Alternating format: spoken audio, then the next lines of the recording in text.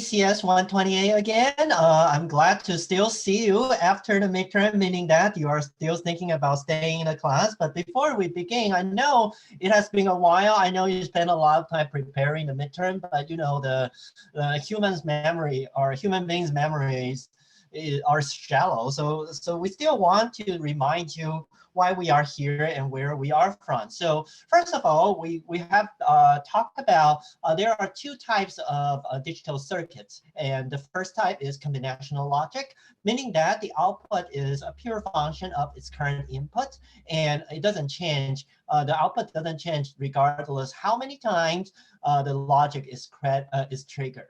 And however, there is another type of logic called sequential circuit, meaning that the output depends on the current inputs, previous inputs, and their history, meaning that the sequential circuit is some kind of circuit that has memory. So, because they are, and the theory behind each kind of circuit is actually implementing these different types of functions. So for combinational logic, it's the implementation of a Boolean algebra function with only Boolean variables as their inputs. And for sequential logic, it's the implementation of a finite state machine. So for those, I think you should get a crystal clear idea about what they are before your midterm.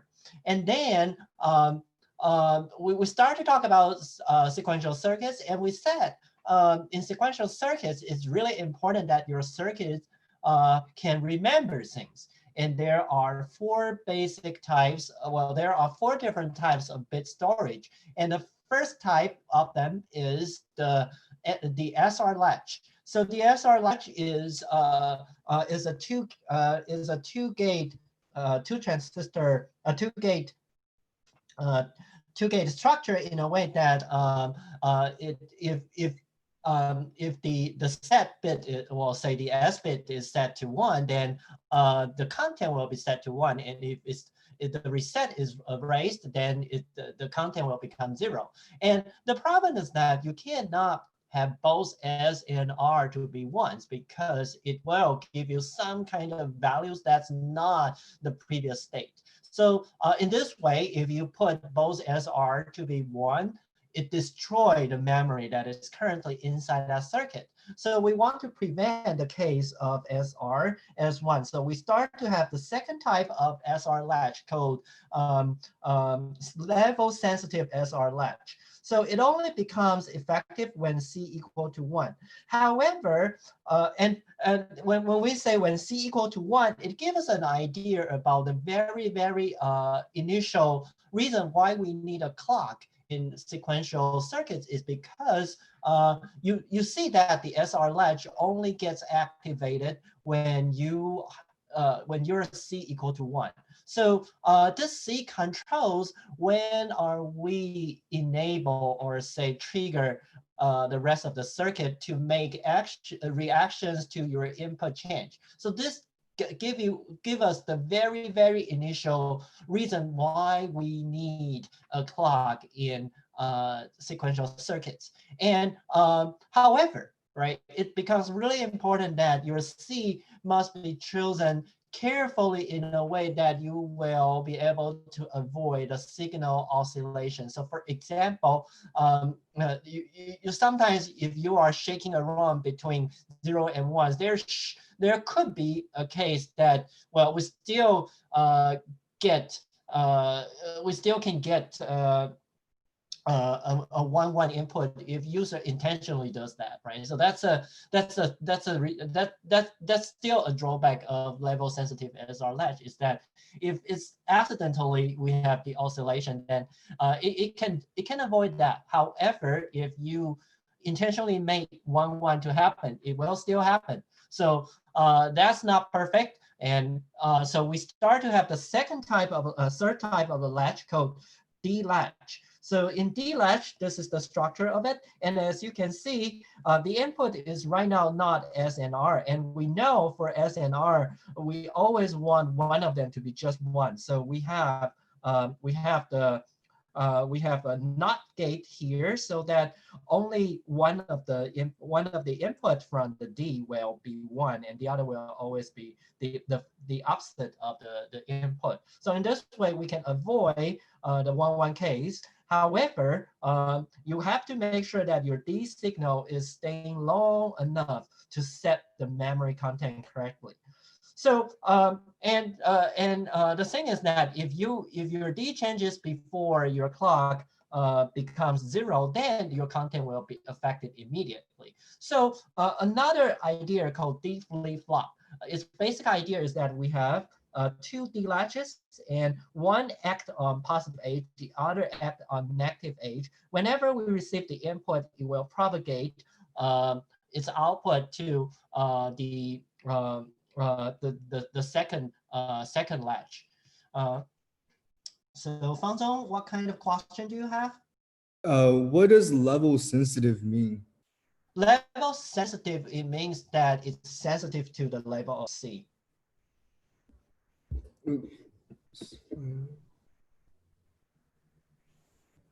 Oh, so it's like an enable, right? Yeah. Okay, thank you. Okay. So so for D flip-flop, it only loads the value into the memory in the beginning of the rising edge. So the value can hold for the complete clock cycle, and it's achieved by having two D latches. So we call this architecture as master slave, and it's basically nothing different. Just put this D latch into each of the box here. However, as you can see, it actually has the problem is that we have more gates, because in D latch, right, your signal basically passes through 2 latches, two gates. However, for right now, you need 4 gates. So the textbook only tell you about D flip-flop, but D flip-flop and its implementation is based on the master-slave D flip-flop. However, that's not the most efficient way of implementing D flip-flop. And in fact, this is the D flip-flop that your textbook doesn't have, but most of the time, when we talk about D flip-flop, it's actually something more like this, in a way that, as you can see, it still has the feature that we have 2 parts of a circuit connected by the clock signal. However, we make this gates parallel in a way that we can minimize the gate delay to be just 2 instead of the 4 that we have in this master-slave D flip-flop. And this kind of D flip-flop is called positive edge triggered D flip-flop. So it's called positive edge triggered because, this D flip-flop, because this flip-flop also works the same as the master-slave D flip-flop in a way that we only capture the input from the very beginning of the positive edge, and only the positive edge triggered D flip. Only the positive edge would trigger the operation of the D flip-flop. So in the rest of the because although the textbook says about only says about the master-slave D flip-flop, however, I do want you to remember that in most of the case, this kind of D flip-flop is what we use by default. So when we talk about you can still think D flip-flop is something like the master-slave architecture as the previous slide. But I do want you to know that in practice, this is the D flip-flop that we will implement because it has fewer gate delays, and it's very, very important. And if you look at the number of gates that this kind of D flip-flop we need, is actually not as many as the master-slave one. So this one is the favorite one that we try to implement in Rio. And because the delay, the area, they are all better. I don't know why the textbook didn't tell about that, but it's really important that you have an idea that well, if you have the idea of the master slave D flip-flop, you might think the delay of a D flip-flop is about 4 gates. However, if you look at the positive age trigger D flip-flop, the delay is actually only 2 gates, and the area is only 6 gates. So this is 6 gates, and so that's what I would like to say. All right, so that's one thing, right? So another thing that we need to keep in mind that is that clock signal, as we can see, since the flip-flop is triggered by clock edges, so it's really important that you have to set your clock signal in a way that your clock period allowed all your sequential circuit to finish operating before the next clock signal comes, right? And when we say clock signal, it's usually like this shape. We have a rising age part, and we also have a fallen age part, and or say positive age and the negative age. And a complete clock cycle contains the positive age and the negative age. And when we talk about frequency, clock frequency, or say like every time you buy your processor, you will have you care about how many gigahertz that we have in this processor. It's all about frequency, and it's actually 1 over your clock rate. All right, so that's what we have learned so far. So today we are going to talk about how so before the midterm, we spent a lot of time try to have you practice on different finals on how to create a finite state machine for a problem. And right now, we want to talk about, okay, right now we have the theory part of the circuit, how we can convert a finite state machine from a problem by generating a finite state machine and convert the finite into the circuit implementation. So let's start with this question. So if you remember life on Mars, right? What's the state machine is like this. What's the most likely circuit realization of life on Mars?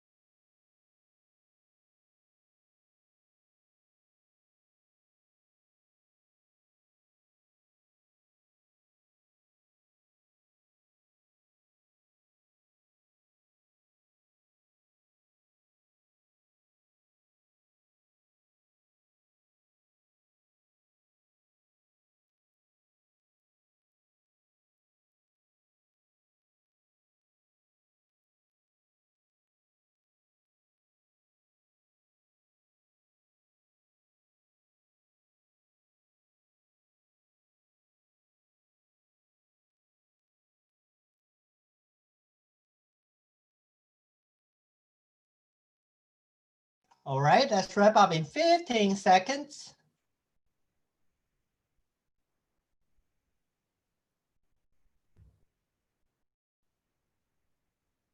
5, 4, 3, 2, 1. Time is up.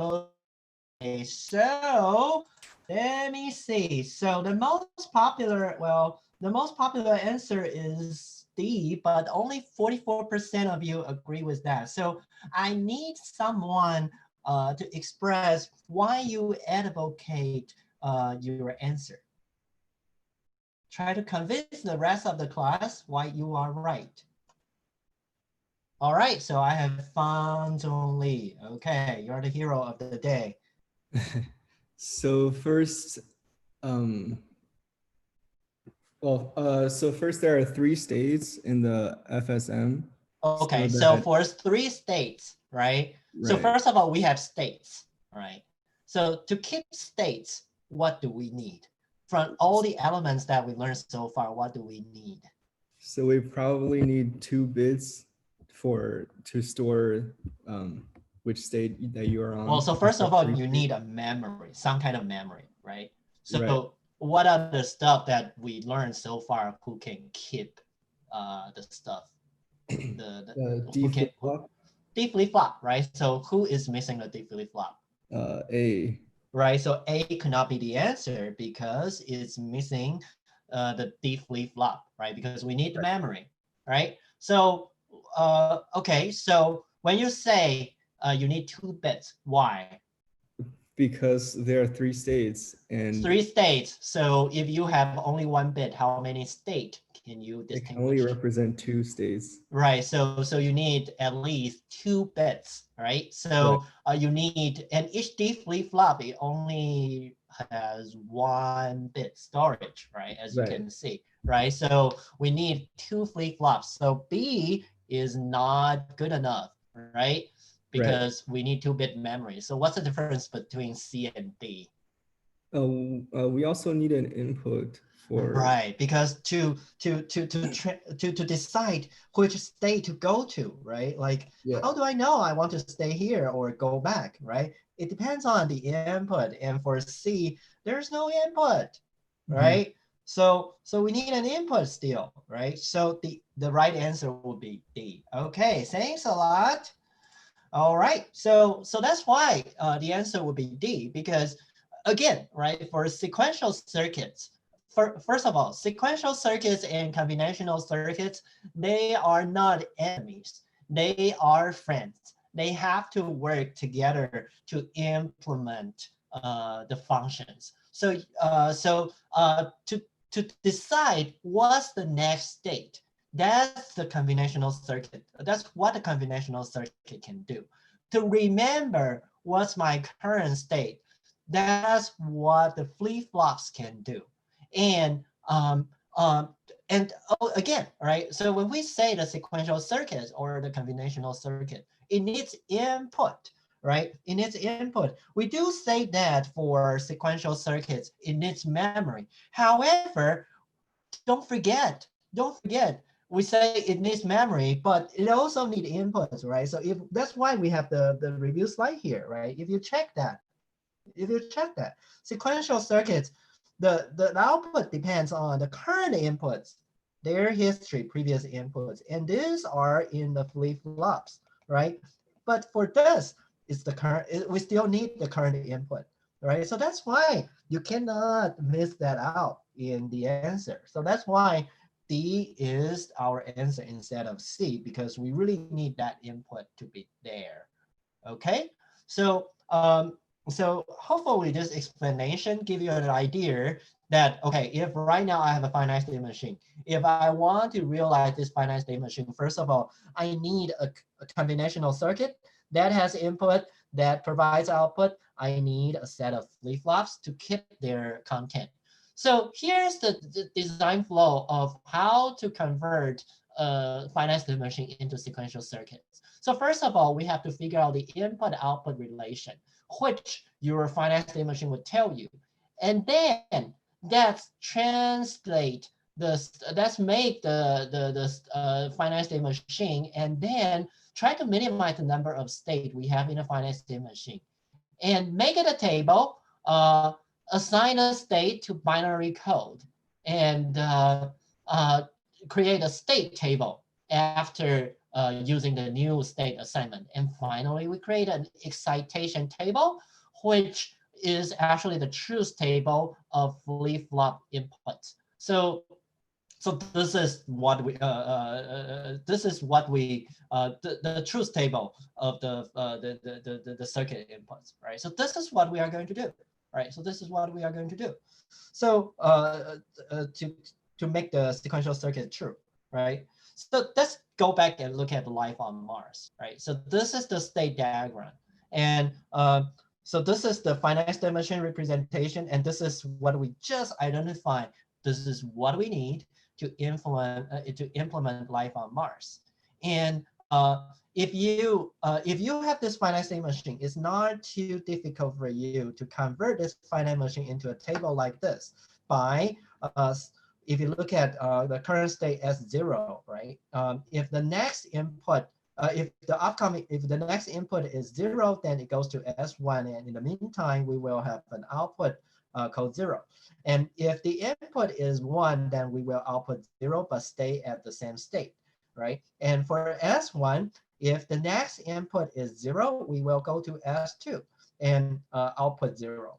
And if we receive an input of 1, we will go back to S0, and the output will be 0.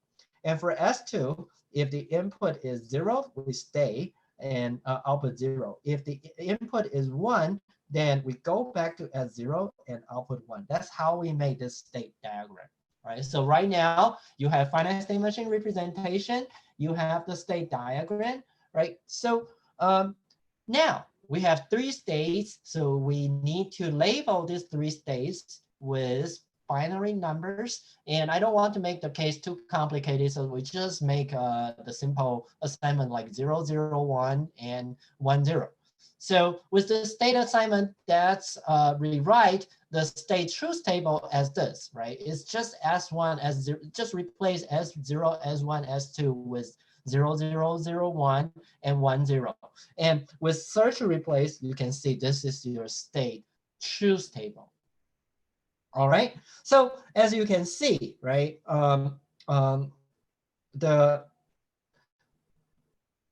this is the state truth table, and I think the previous in the previous slide I made a mistake. It's the excitation table is not a truth table describing the flip-flop input, but the combinational circuit input.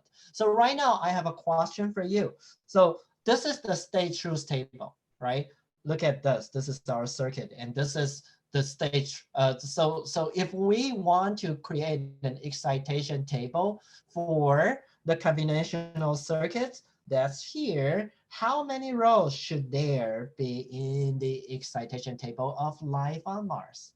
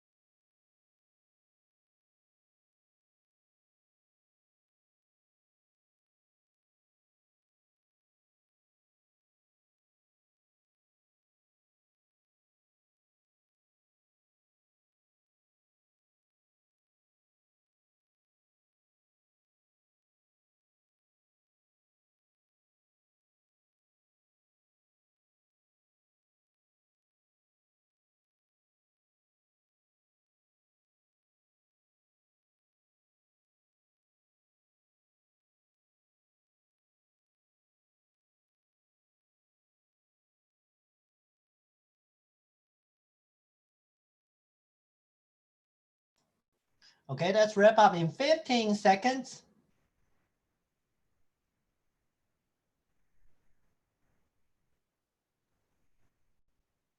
5, 4, 3, 2, 1.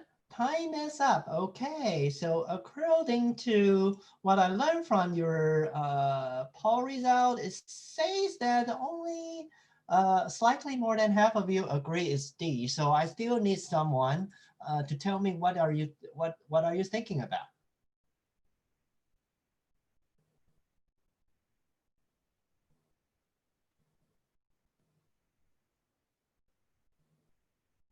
Why do you think it's D, or why not D? Okay, 谢祥英.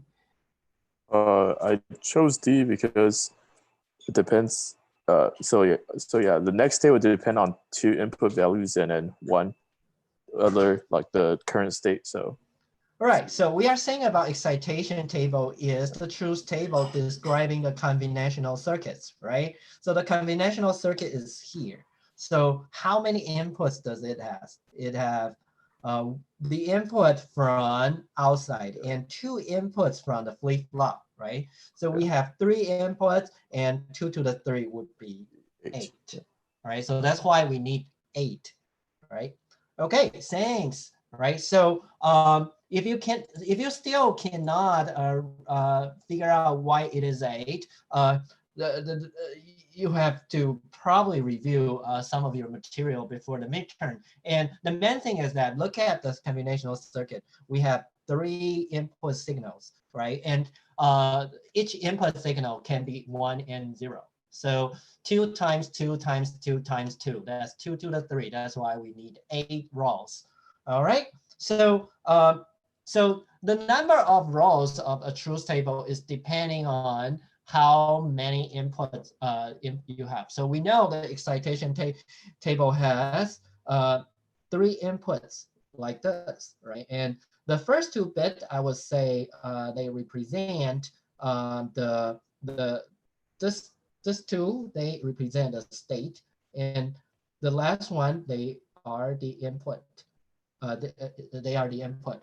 So given that, right, the first row, right, if you look at the first row, it's actually saying about I am currently staying at state 0, 0, and the input is 0. So in this case, right, if you go back to the state truth table, 0, 0, and 0, I am getting 0, 1 here. And I have a 2-bit output. So I label them the most significant bit as 0 and the least significant bit as 1. So I put D1 as 0 and D0 as 1. So you can think this is D1, this is D0. And we have another output from this combinational circuit. So let's say it's Y. So for this Y, this is 0 here. So then I finished the first row. And for the second row, right, it's coming from when input is 1. So I put 0, 0, and 0 here. And for this row, right, this is 0, 1, 0. So I reference this. I had 1, 0, 0. And this is 0, 1, 1. So this is 0, 0, 0. Right. And here I have 1, 0, 0. And this is 1, 0, 0. And this is 1, 0, 1. So 1, 0, 1. I have 0, 0, 1. And you said, well, what are those? Right? You have to put don't cares here. Right? So this is how you accomplish the excitation table, right? If you look at that, that's exactly what it looks like here. Okay, so that's the excitation table. So given this, right, you already learned before the midterm, you already learned the skill of working on the excitation. If you give this, if I give you this truth table, you can almost guess what the question is going to ask about, right? It's about K-map, right? So then I will ask you to draw the K-map, right? Which you should be super familiar before the midterm. Right now, like if it's all zeros, I know this one would be for D1, it should be 0. And if it's 0, 1, 0, then it should be 1. And if it's 1, 1, 0, then it's a don't care. And if it's 1, 0, 0, 1, 0, 0, it's 1. And for 0, 0, 1, it's going to be 0. If it's 0, 1, 0, then, sorry. If it's 0, 1, 1, 0, 1, 1, it's a 0, right? And if it's 1, 1, 1, it's still a don't care. And if it's 1, 0, 1, then 1, 0, 1 here is a 0, right? So that's what the K-map for D1 is. And you can do the same for, and if you do some kind of you can definitely, well, if you do some kind of, if you treat, you can definitely do some kind of a simplification, and then you will get the D1 looks like this, right? And for the D0 K map, you just feel this, you just do the same, and you will figure out this is the K map of it. And after simplification, well, there's not too much simplification that you can do here. And even we treat those don't cares with ones, it just add one more term. So it turns out that we treat those don't cares as 0, and this is what we got. And for Y, we also draw the K map like this, and this is what we end up with. All right. So so right now, right, after you have the excitation table that describe the combinational circuits in there, you are able to draw the K-map out of it. And with the K-map, you can know, well, this is how we are going to implement the circuit. So first of all, you know, for the circuit, we need D flip-flops. And for the combinational circuits, it looks like this. So first of all, you need D flip-flops. Let's put it there. And then you need combinational circuit. And for Y is Q1 pi X. All right. So and Q1 is right here. So let's get Q1 pi X. So okay, so there's a prime here. So this should be a not, I'm missing a NOT gate here. And then okay, and then the D1, the D0, if you keep implementing the circuit, you will figure out, okay, this is what we need for life on Mars, right? And this part is what you have learned before the midterm. And this part, you don't even have, you just put a flip-flop right there, right? So the sequential circuit and the combinational circuit, as I said, they are friends, right? For life on Mars, the memory part needs those flip-flops. However, the transition of the state, which is the next state, is actually based on the combinational circuits, right? And this, how to implement those combinational circuits, they are still using the skill that you have learned prior to the midterm. So that's why we really need the midterm to give you the chance to calm down, right? And have you make sure that we are on the same page that you can produce the combinational circuits. Okay, so when we talk about, if you remember that when we talk about Boolean algebra, there is some kind of standard forms that we can use to describe a problem, right? So we call them sum of the min terms and product of the mass terms, right? So and because sum of product and product product of sum, right? So this kind of, and we know that they are equivalent, right? They can convert from one to another. And most of the time, I am only using the sum of product terms because later on, you know, there's a reason why I only focus on that term, because for that term, it's basically easier for you to translate the circuit into K-map. However, not the other way around, right? So that's why I'm more a fan of using sum of the product instead of the other form. And there are also two forms of describing the finite state machine for sequential circuit. They are Mealy machine and Moore machines. So let's take a look at them. So there are so these two types. So these are the two forms of them. So for the Mealy machine, so some of you might be interested about why. So some of you might be a little bit freaking out when I draw the first state diagram on my slide. It's different from your textbook, because if you look at the state diagram I draw, what I used to say is like, this is state I, this is state J, and I put a transition like this. I describe input here, output here. However, in your textbook, they use more of the expression like this, that your input is on the transition and the output is associated with your state.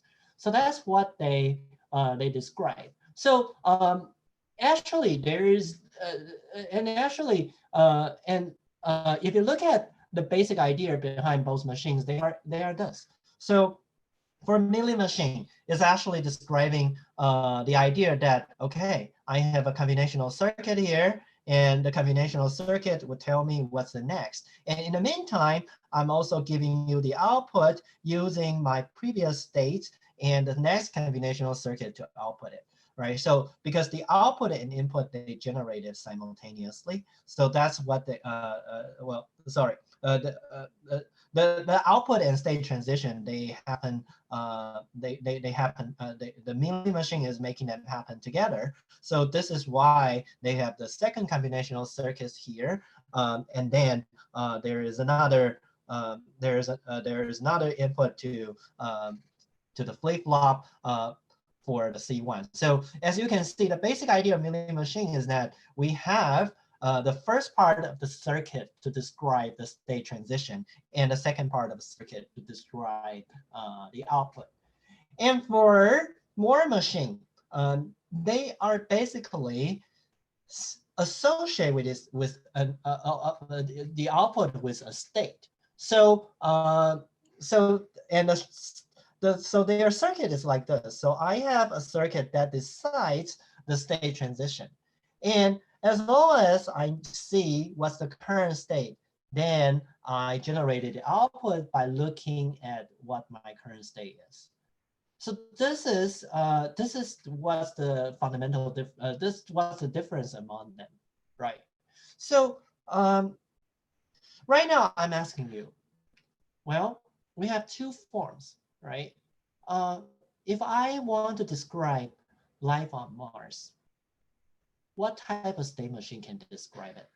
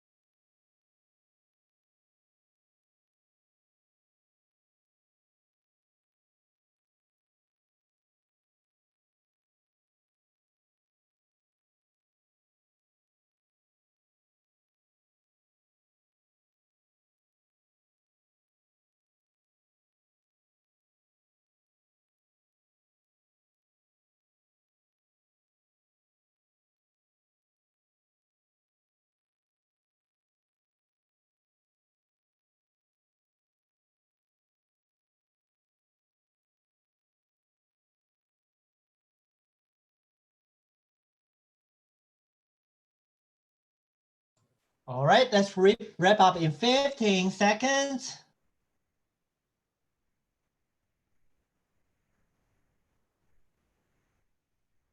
5, 4, 3, 2, 1. Time is up. Okay, so according to what I learned from you, I have, wow, two popular answers, B and C.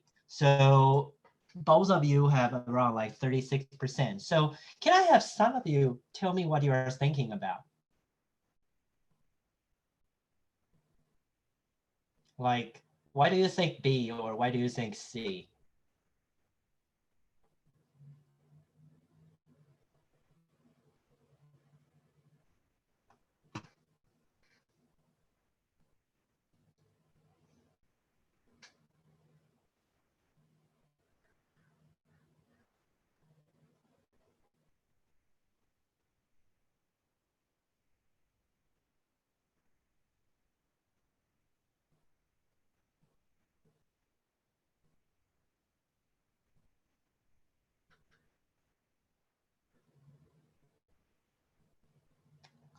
So some of you think it's Mealy machine, some of you think both, right? So give me a reason.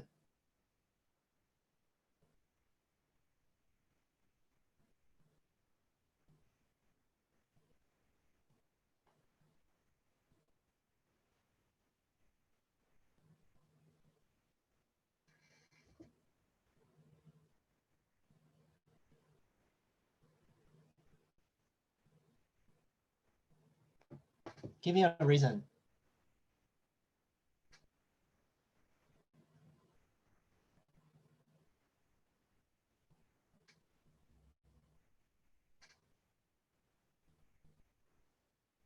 Okay, so finally I have, okay, So I have Solly and I have Michael. So I would like to invite both of you to speak up. So just tell us what do you think. I'll let you go first. Okay, I chose a Mealy machine because if you look at it, it looks like the inputs for C1 also depends on the outputs for C2. Mm-hmm. And if you for it to reset, it would need to be dependent on the next state for it to go back. Mm-hmm. Okay, so Michael, what do you think?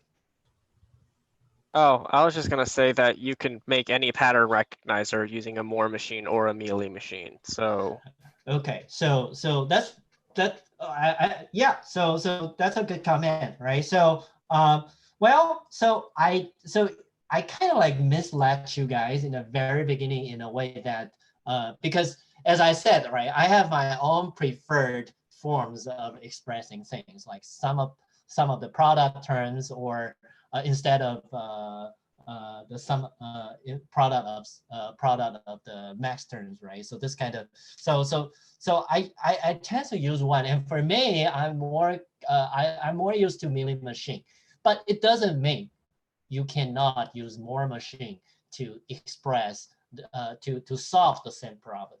And for the textbook, you actually use Moore machine more often than the Mealy machine. And I don't know why they do that, but I will tell you later why I prefer Mealy machine.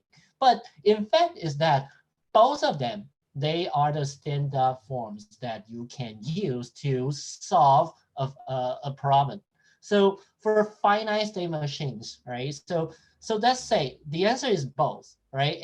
But the thing is that, right? So if I said it's both, right now I want you to think, if I want to describe the controls of C2s, what do I need?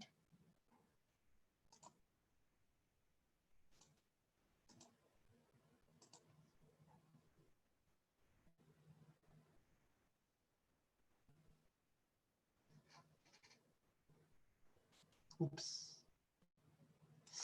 Looks like, okay, give me a second. Oops. Oops, shit.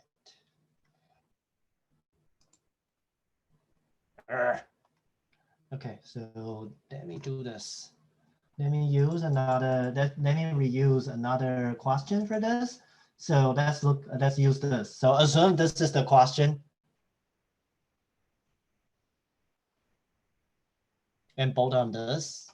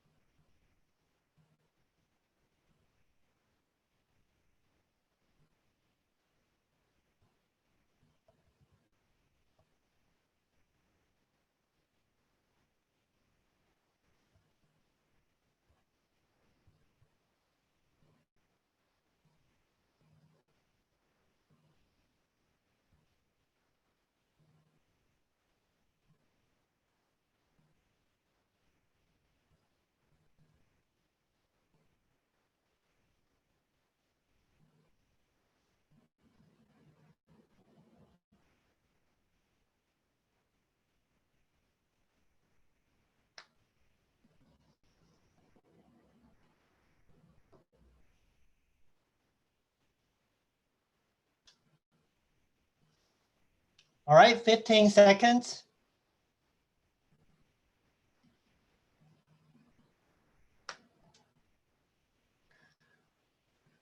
5, 4, 3, 2, 1. Time is up. Okay, so looks like A is the most popular answer. So can I have someone explain why you think that is the answer?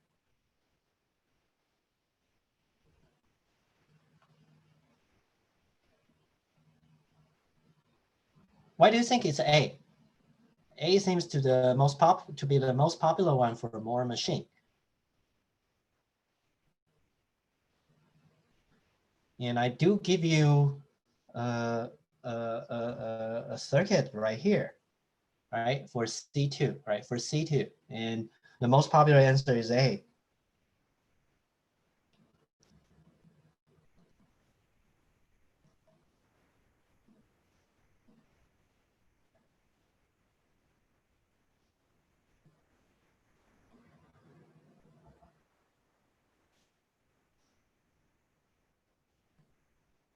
Okay, I have Fox. What do you think? Hello? Fox. Hello? Hello? Sorry, Yeah. sorry, my microphone crashed again. Okay, no problem. What do you think? Well, I don't think it's A. You don't but think since it's A? I don't think it's A. Okay. But there's been quite a bit of silence. Hmm. A would have been the correct answer if we were asking the design control to design the controls of C1, because the table, what A is referring to is the table to calculate the next state, taking the current state and the current input. Right. So be careful about what we are asking for, right? I found a few of you in the midterm question you were talking about. Yeah, I thought you are asking something else, but I'm asking P2, right? So this question I have it here again because I wanted to pay attention to what I'm asking. C2. Okay, keep going. So yeah, keep going. Oh yeah. So looking at what actually C2 does, it takes the current state of the Moore machine and generates an output from the current state.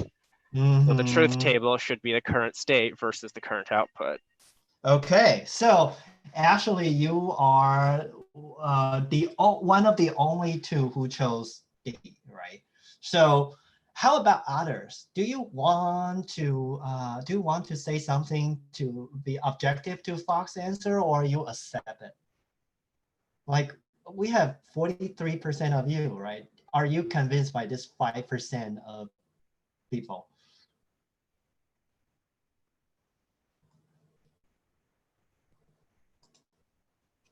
Okay, so let me tell you, I'm also that 5%. So as you can see, right, we are asking about C2, right? And for C2, really what do you need, which I already give you hints here, right? The current state. Because when you have the flip-flop output, it's actually outputting your current state. And the next state is generated by here. So, and when the clock signal is arised, you will output the current state first to C2. And the C2 is going to be responsible for generating the output, right? So this is actually the implementation of this transition, right? So from which SI to which SJ, that's decided by C1. But what the SJ should output, that's decided by C2, right? So that's a basic idea of Moore machine. So, and right now, I already tell you, right? For life on Mars, you can implement it from both. And actually, you can convert any Mealy machine to Moore machine.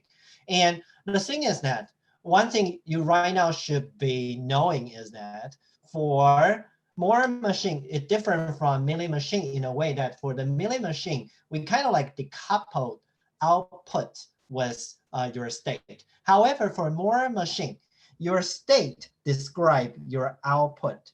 So like here, your state says, if I am at this state, this is what I should be outputting, right? So that's the biggest difference between Moore machine and Mealy machine. So if you want to compare, convert from Mealy machine to Moore machine, what you would really need to do is that you have to identify distinct pair of the state and the Y, because for Moore machine, for Mealy machine, right, your S0 like this, your S0 could have output 0 and output 1. So in Mealy machine, it's just one state. However, in more machine, you have to have an S0 output output 0 and an S0 output 1, right? So this is the main difference between the Mealy machine and Moore machine. So you have to identify the distinct next state and output the output pair, right? And it replace each distinct next state output pair with distinct new states. And uh, so so right now, right? So you know I need to create a state additionally. So right now you have the, let's say we put the S1 out as S3, right? And so here we need to replace it as S3 and we create an S3, right?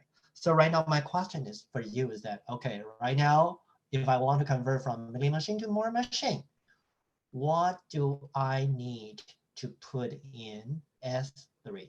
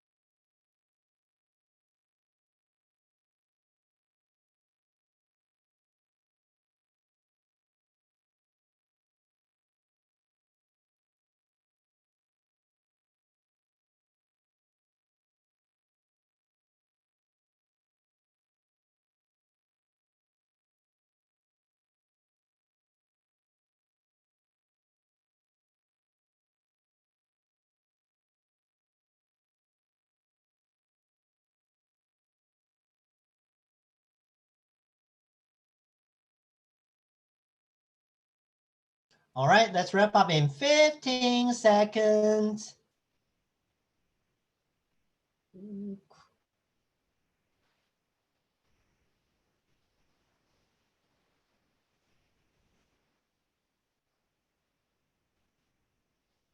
Five, four, three, two, one.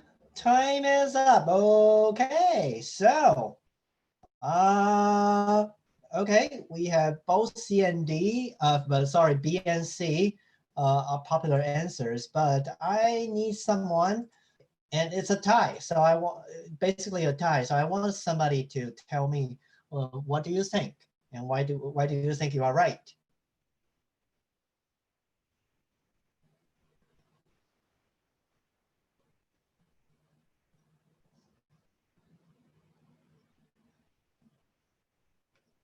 B or C or something else?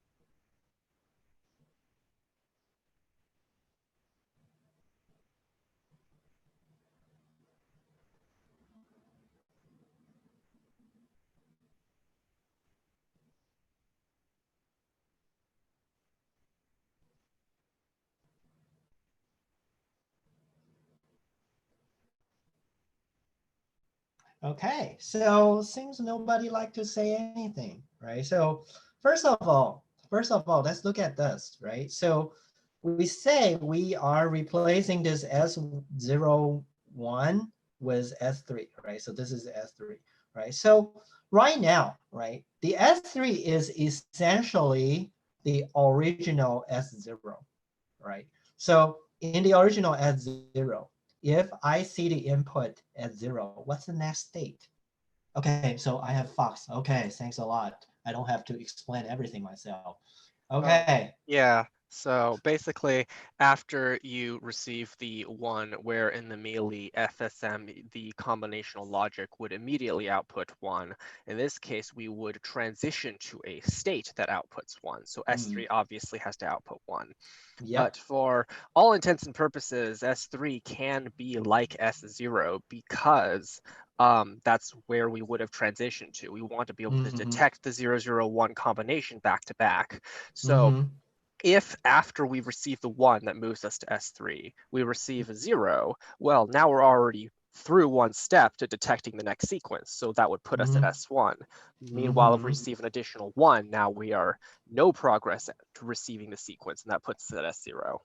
Right. So this is what it should be look like, right? So it's S1, S01, as you said, right? So thanks a lot. So here, did you see something? So for Moore machine, it's actually equivalent to Mealy machine. However, to describe this Moore machine, you need more states than Mealy machine. And this is, first of all, you get the Moore machine if you have the Mealy machine, or you can draw the Mealy machine from scratch, right? And and there's nothing different in terms of generating a circuit from a Mealy machine, a Moore machine to circuit. It still follows the same state, the same flow in a way that we take this finite state machine, or say the state table, and we draw the excitation table like this. And however, right, in the previous flow, we only have one big chunk of the excitation table. But right now, because your C2 is basically not using these two inputs, so you are actually have to separate them into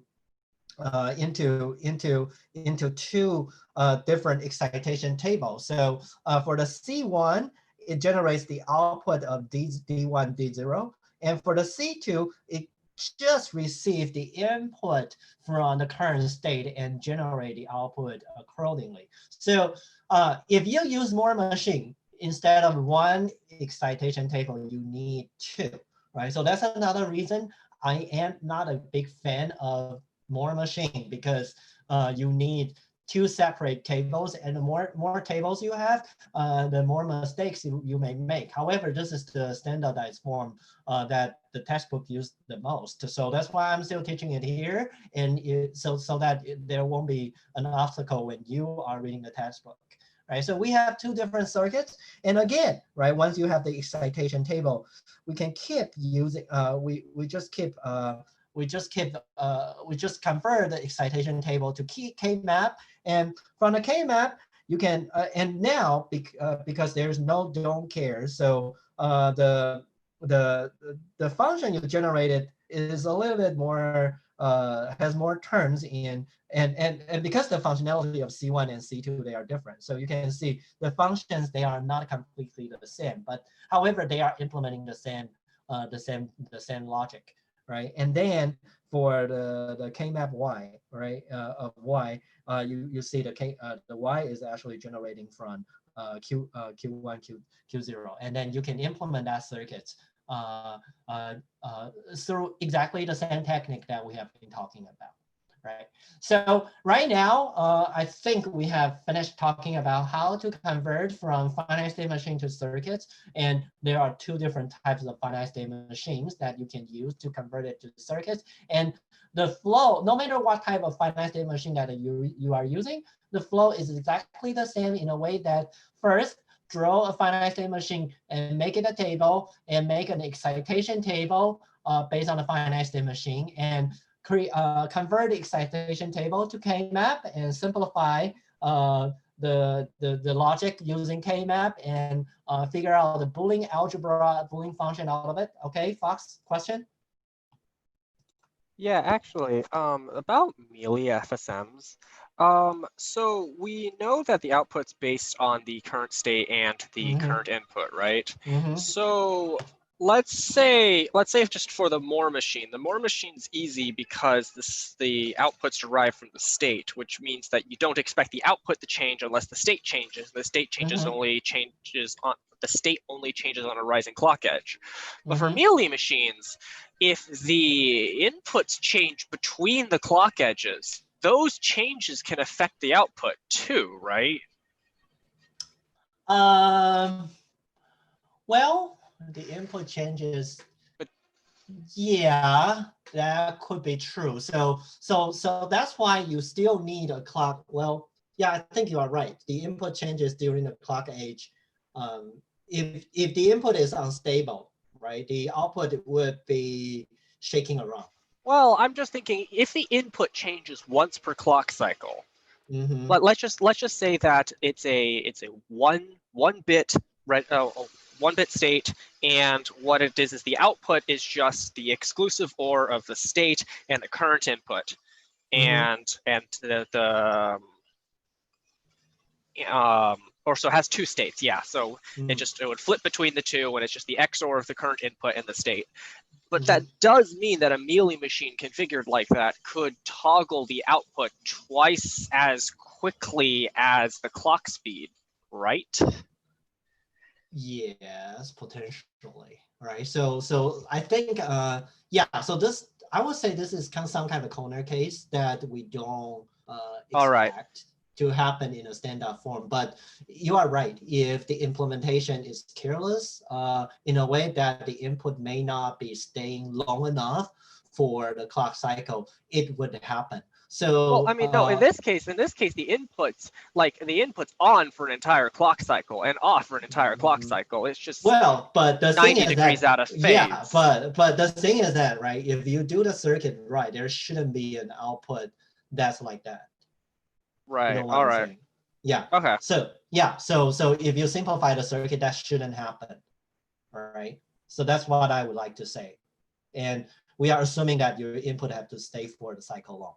Actually, can I elaborate on this question after class? Sure. Thank you. Yeah. Okay. All right. So thanks for your comment. And okay. Oh, okay. So let's go to the next thing, right? So let's go back to look at our data path components again and how we can make use of sequential circuits to design our data path components. And the first data path components, which we have been talking a lot, is the adder.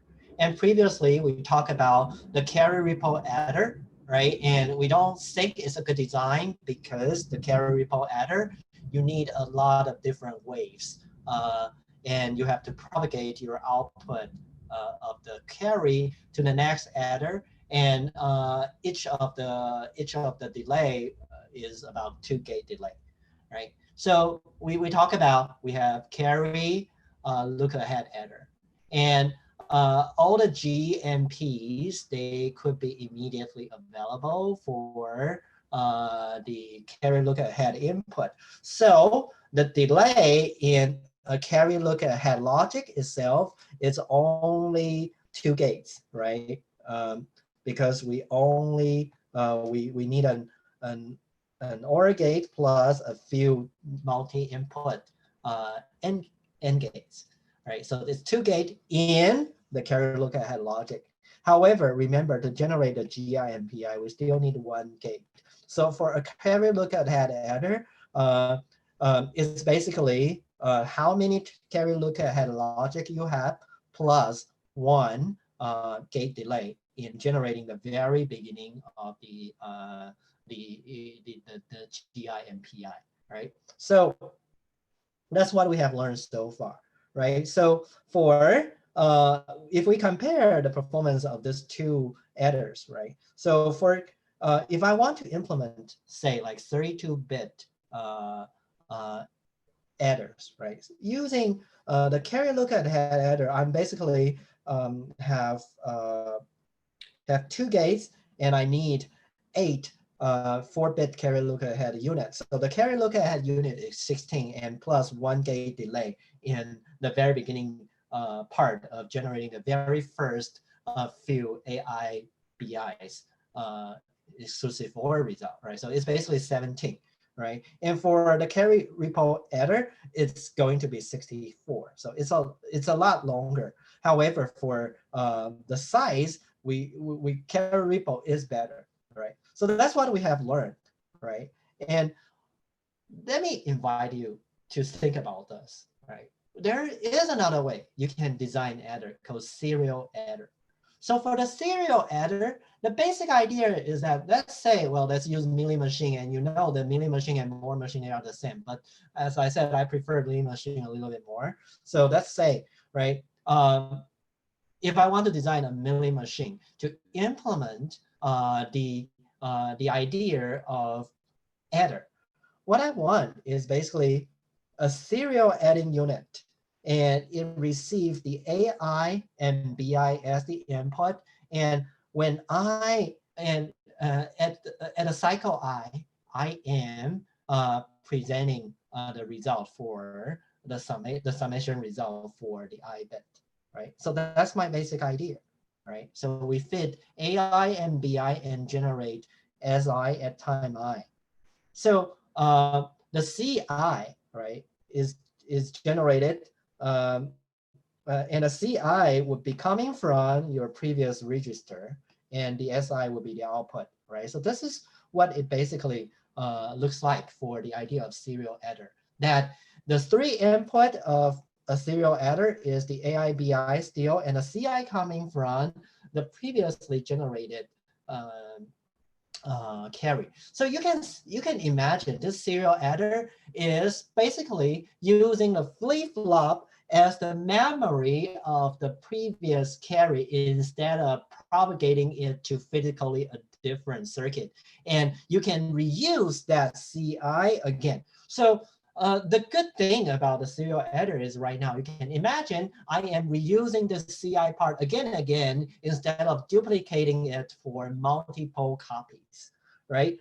So so again, right? If I have this idea, and the next thing is to generate the excitation table. And if you think about the excitation table, it's basically the implementation of the full adder in a way that but all your inputs are 0, the output is 0, and if one of the carry is 1, then your output is going to be 1, right? And if one of the input is 1, the output would be 1, and the carry would be 0. And if two inputs are 1, then your output is 0, but your carry would be 1, right? And so you can gradually create this excitation table. And if you look back to this excitation table, it's basically the truth table of a serial of the half adder. And this is what the resulting circuit looks like, right? So you have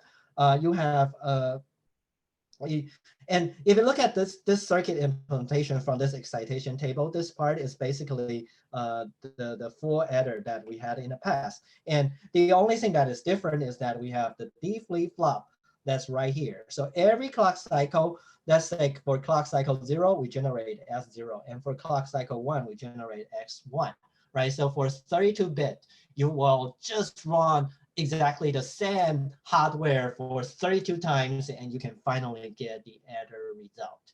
So that's the basic idea of a serial adder. And so this is so we are going to have more discussion on this kind of data path components and the pros and cons of implementing those data path components using serial circuits. But before we finish the lecture today, I know a lot of you are thinking about, are curious about how am I doing in the final, and I do see a lot of emails querying about how am I doing in the class, why do I see this grade, right? So, and a lot of the emails really make me think that there are quite a few things that I want to talk about before I talk about those quantitative stats from our midterm.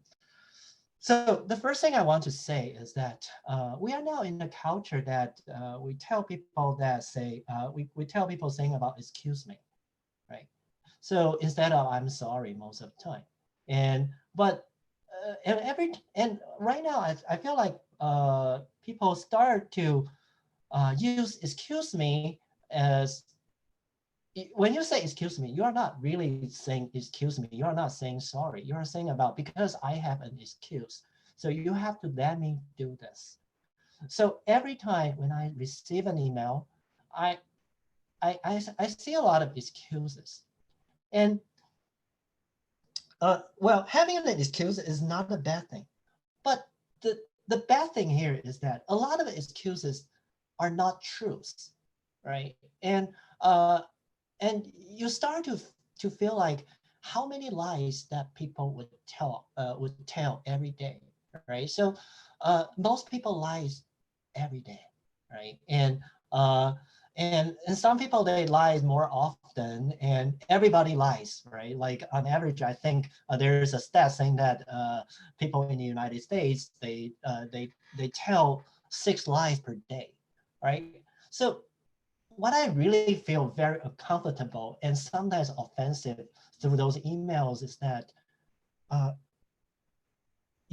some of you are not telling me the truth. You're just finding an excuse that's not even true to justify what you did. So for example, like for this midterm, uh, a lot of you saying that, well, my clock is skewed, so I thought I turn it on time.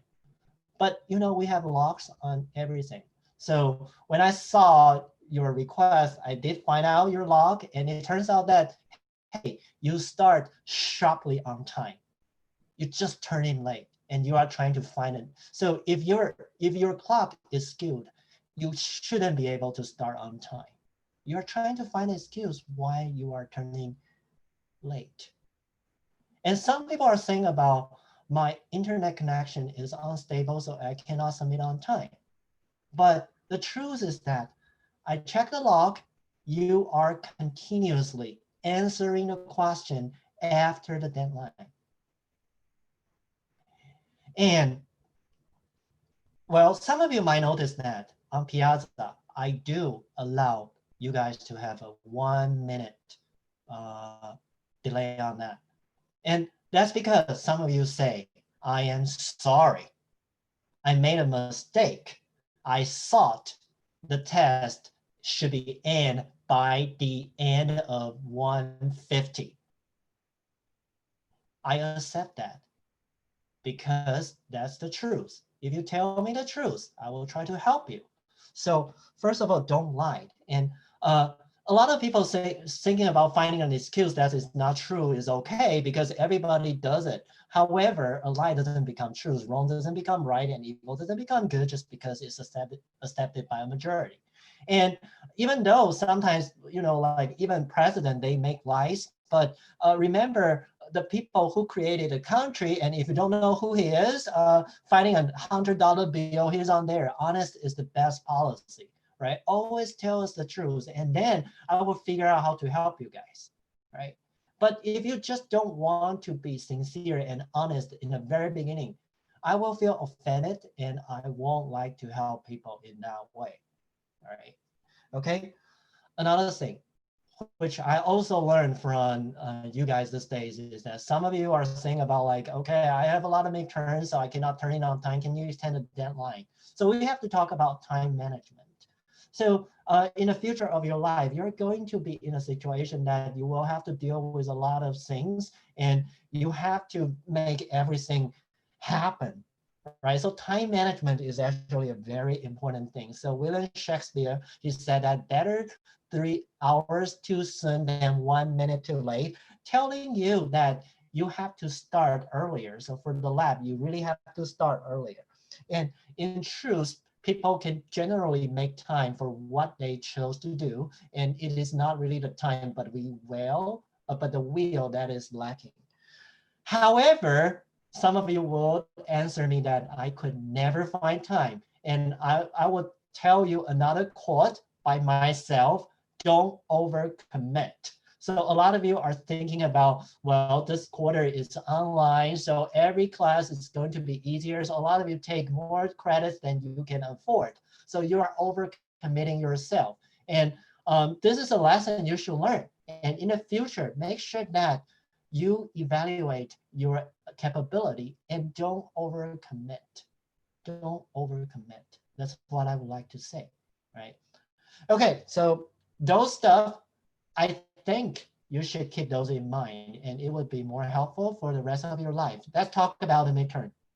So this is the distribution of our midterm. The average is 79, so you guys are doing great. Some of you get almost 100 points, and some of you, well, but even the worst case scenario, you are doing okay, right? And I also got a lot of email asking about what's the weighted total. So the weighted total is what really decides your final grades. And this class, I have to say, it's not about if I get 70, I get B+.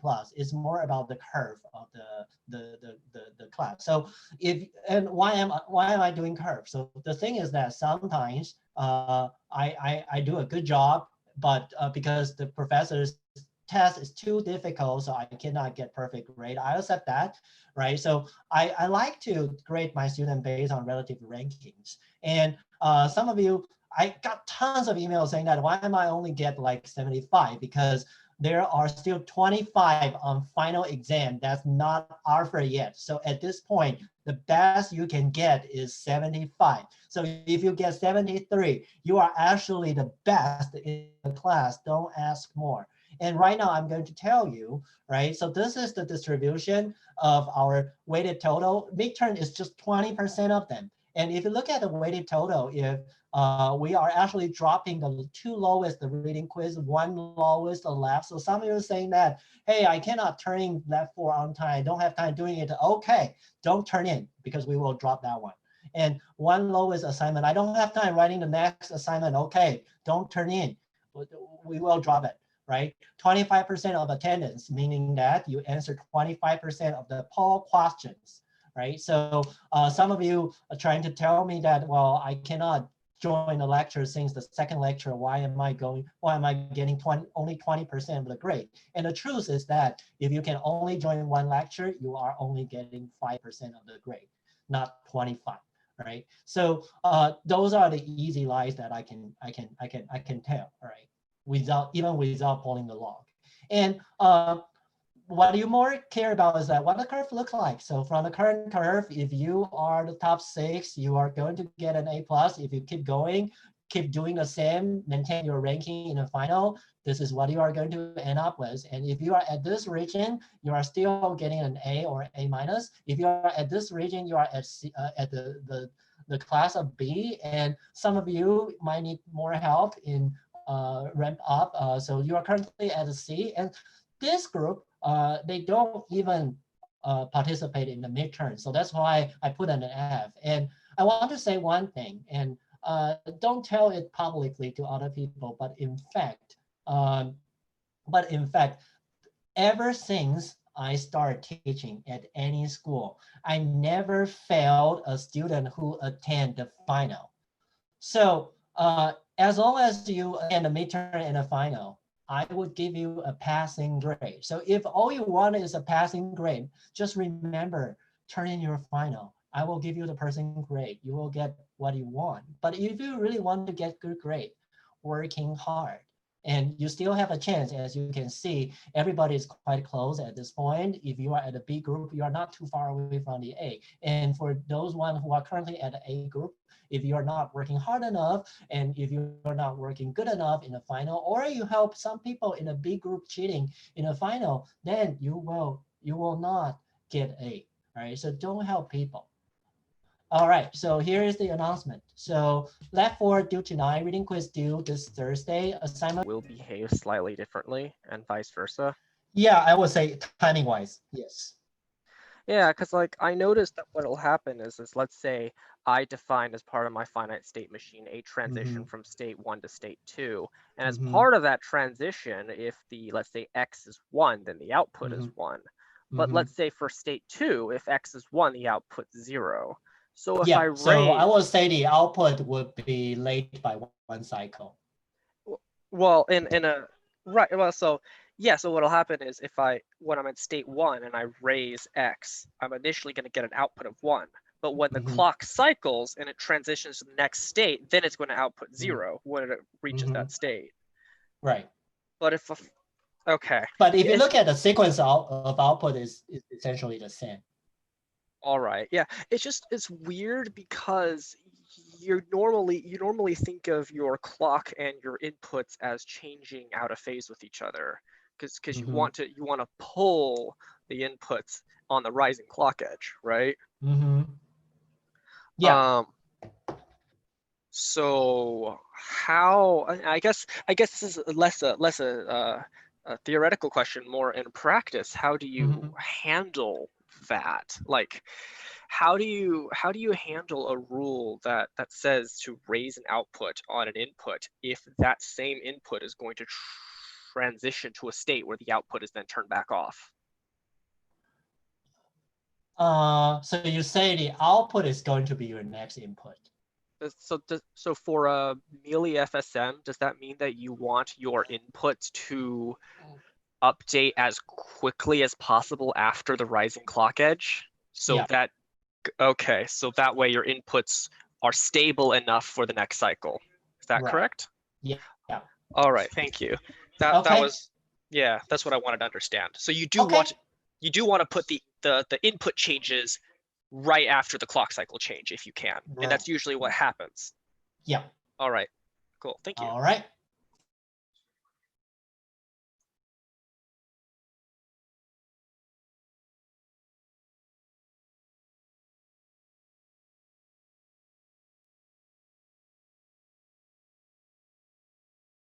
I have a question. You're muted, I think. Can you use the link of office hour? Yeah, no problem. Okay.